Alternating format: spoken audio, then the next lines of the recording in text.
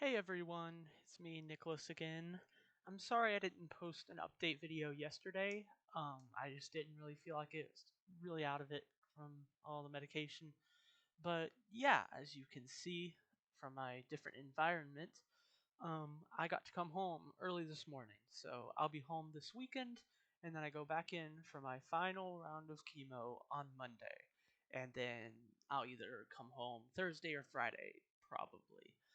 So, if you follow me on Instagram, you will have seen that I did a Q&A, or I asked for your questions, and now I'm going to answer them.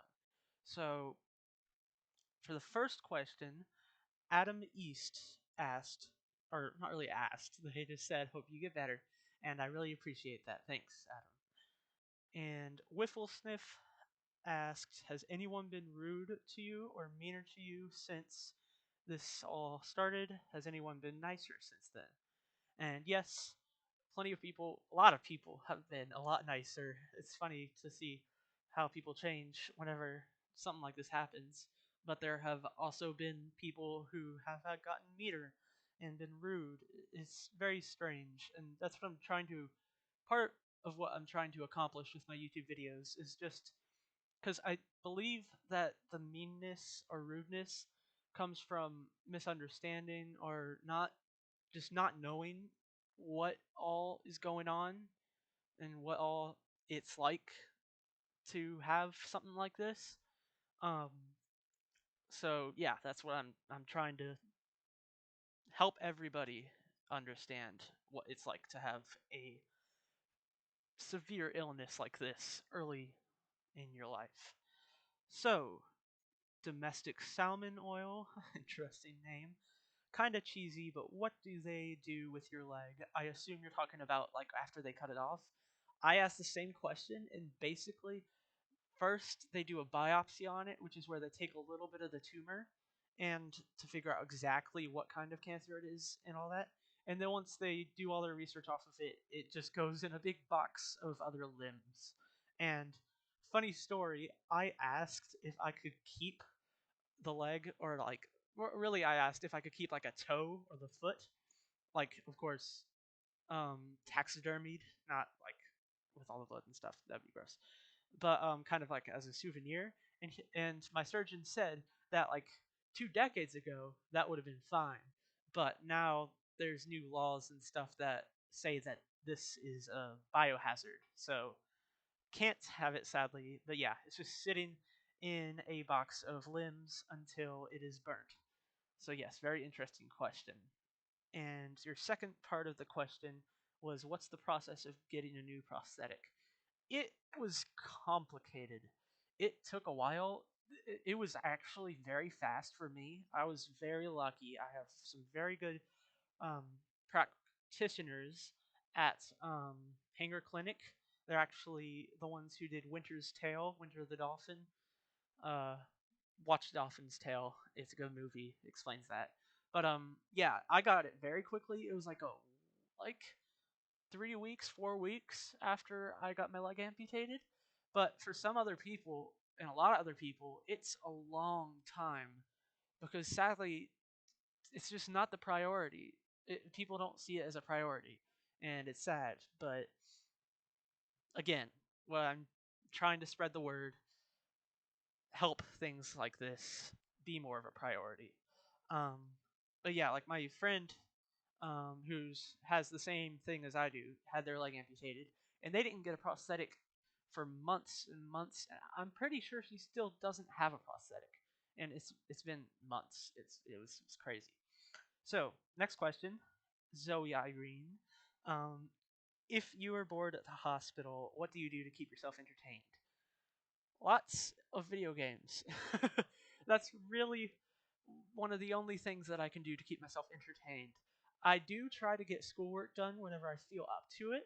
It's hard for me to, though, because with all the medication, I hardly remember anything that I do in the hospital. So, like, if I learn something in the hospital, I oftentimes won't remember it and I'll have to go back and learn it. So it doesn't really make sense to do it. And I'm also just really out of it and I can't focus on it. But the thing I do second most is this. I make YouTube videos, helping people understand what it's like to go through this. And also just because it's fun for me. I enjoy helping people. So yes, thank you for the question, Zoe. Now, Harper Hockey. So he asks, "How have I been so positive?" And I don't know, honestly. I I have no idea how. I mean, there's definitely been times where I've not been positive. See my previous one of my previous videos, um, but well, yeah, I don't know. I just it's always good to keep a good outlook on things because people are always there for you and always helping you, and I guess that's how other people. That's how you guys you guys help me stay positive. Second part of the question is, do I think I will come back to school if it opens back up? I won't be this year because my immune system will still be compromised even after chemotherapy for a little bit, and of course, coronavirus. So even if I didn't have cancer, I probably wouldn't be going back to school. I'd be doing virtual school because of coronavirus. But as soon as there's a vaccine for coronavirus, I should hope to go to school, um, like physically, because I miss going to school. Um, and third part of the question, rooting for me, thank you. I appreciate it. Now, hello, it's the Sweet. I was just wondering if you've heard of the V Foundation. I hadn't whenever I got this question, but I looked it up after I saw the question, and it definitely looks like I've heard of it now. It's another um, it is another foundation that supports people childhood cancer, and it's really good. Final question, simple. How's it going? It's going good. Um, I'm doing pretty well. Of course, not very fun being in the hospital. Well, not right now, but at the time of this question. Um, but yeah, pretty good because I'll be done with the hospital, or at least having to stay in hospitals and chemotherapy, at the end of this coming week. So I'm very much so looking forward to that. Now, I know a lot of you who are subscribed to me and who watch my videos don't follow my Instagram. It's at Nicolomo, Nickolmo, mix of my first and last name. But you don't have to. It's okay. I completely understand if you don't do social media and stuff.